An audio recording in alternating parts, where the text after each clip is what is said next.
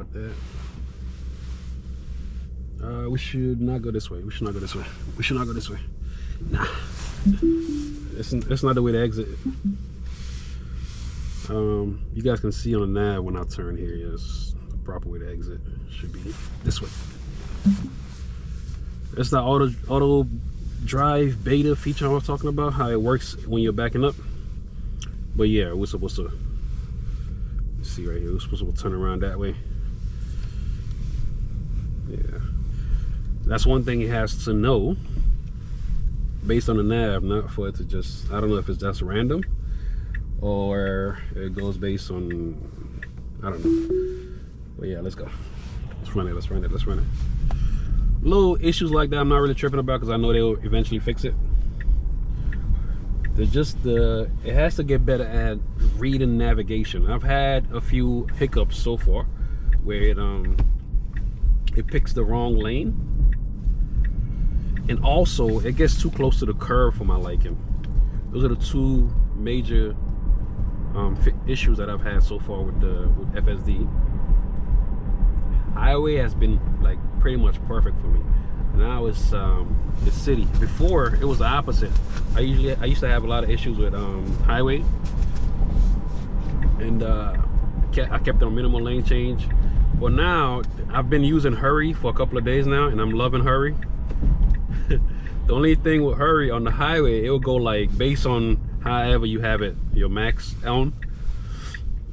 Like this highway that I'm about to hop on right now, the speed limit is 70 miles an hour, right? So it will go up to like 83, 85, which I don't want it to. I want it to stay around 78, 79, but I can still adjust I have control over that, which is great. We have a blinking yellow here. That car did not go on time, would have went after they went, but now we have to wait for this car right here and we can go. Easy peasy. The sun is throwing all the shade today, all the brightness today. These sunshades, but these cars don't have sunshade holders. That's a product someone can make.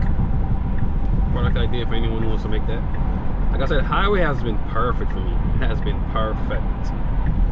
I'm so comfortable letting the car do its thing, where this car beside us is they just go. The speed limit is 70, but they're taking their time. I don't know. Come on, lady. You gotta get over. All right. And after this car, we're gonna get behind. Boom. Boom. So you guys can see what's my max on right now, 85, right? So let's just drop it at 80. I like to keep it a little bit higher. So let's say we're trying to get over. The car has the max set at 85. If I have it set at 85, it will go like 82, 83 to get in front of the car beside us, which I love, right? But if I set the limit at 80, it will just stay around this. Well, let's say 85. Let's keep it at 85.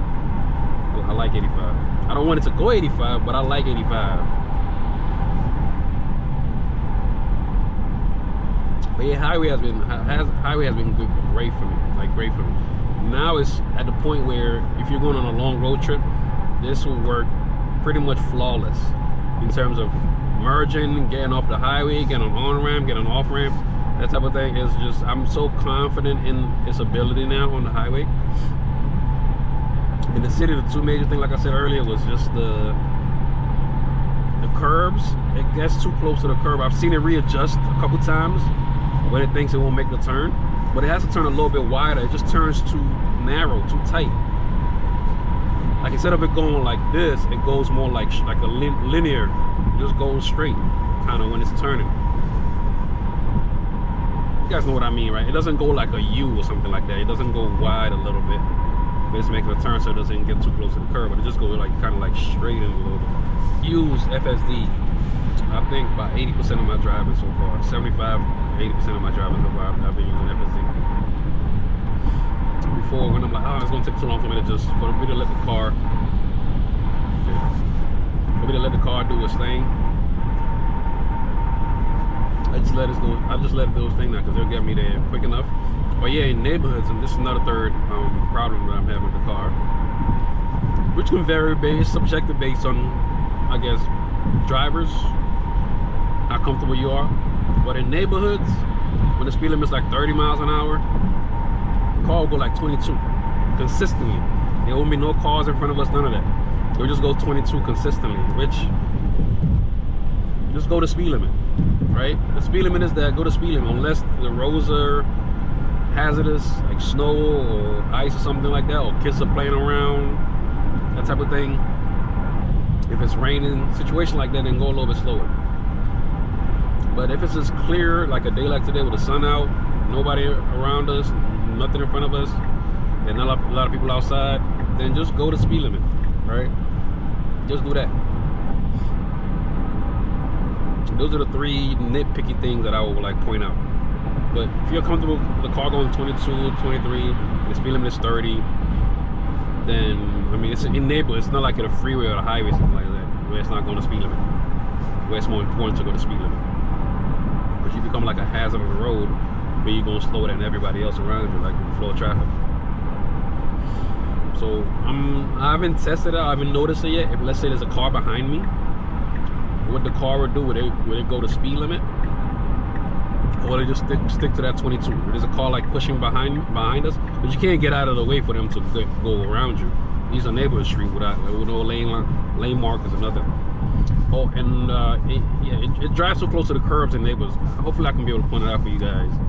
Let's say people have their trash bins outside or something, and you know, they will leave it like right on their driveway. The car gets so close to the curb that it has to like maneuver around them. Every time maneuver around this one and get close, maneuver around another one. And or cars are parked on the side of the, you know, the roads and stuff like that in neighborhoods. It maneuvers it around it and then get back behind them. That type of thing right there. On previous builds, it did not really do that. We have a red. We can go though. We can go. I had to step on the gas right there because there are cars behind me. I don't like to be an inconvenience to other drivers around me. I want to just let the car do its thing if I think I'm going to be inconvenienced. If there was no one behind me, I would just ooh, look at that behavior. Okay. I mean, I guess we could have just stayed. We have 1.8 miles in order for us to make a right turn. We could have just stayed right there and then see how the flow of traffic is going to go. We're in an awkward position right here because we're not really turning left anytime soon. This is because I'm having on hurry, so it's trying to take the faster lane. But this is where human intuitions play more of a role, where it's hard to code that. Like, we could have just stayed in the middle lane. Stayed in the middle lane and just let it do its thing. Finally hit 4,000 miles. Look at that. Stay in the middle lane, see how the flow of traffic is gonna go. Sometimes the middle lane goes faster than this lane. But let's see if it makes the right decision. We do have it on hurry again, hurry profile. So that's my fault, right, for having it on hurry profile.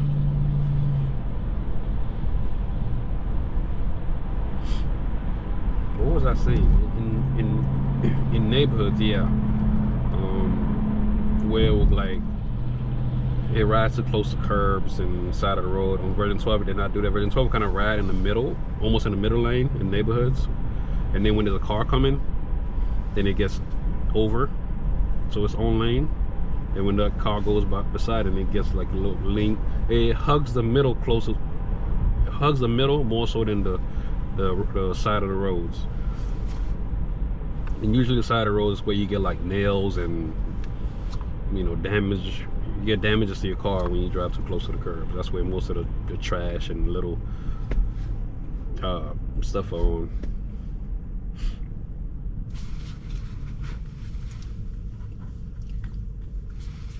Today's a cold day. This is the most efficient Tesla, I believe.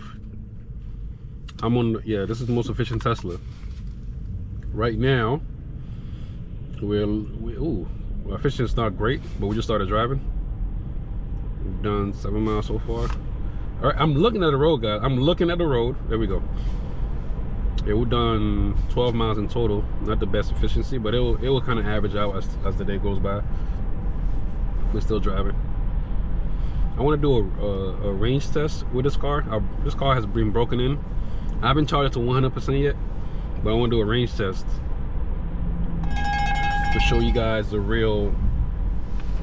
Ooh, that's not bad. Oh yeah, that's very bad.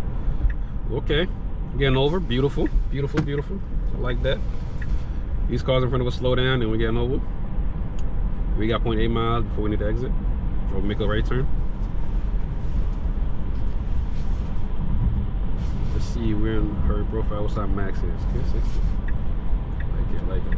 Man, like I said, I have little complaints, but this is so much better than all the previous built.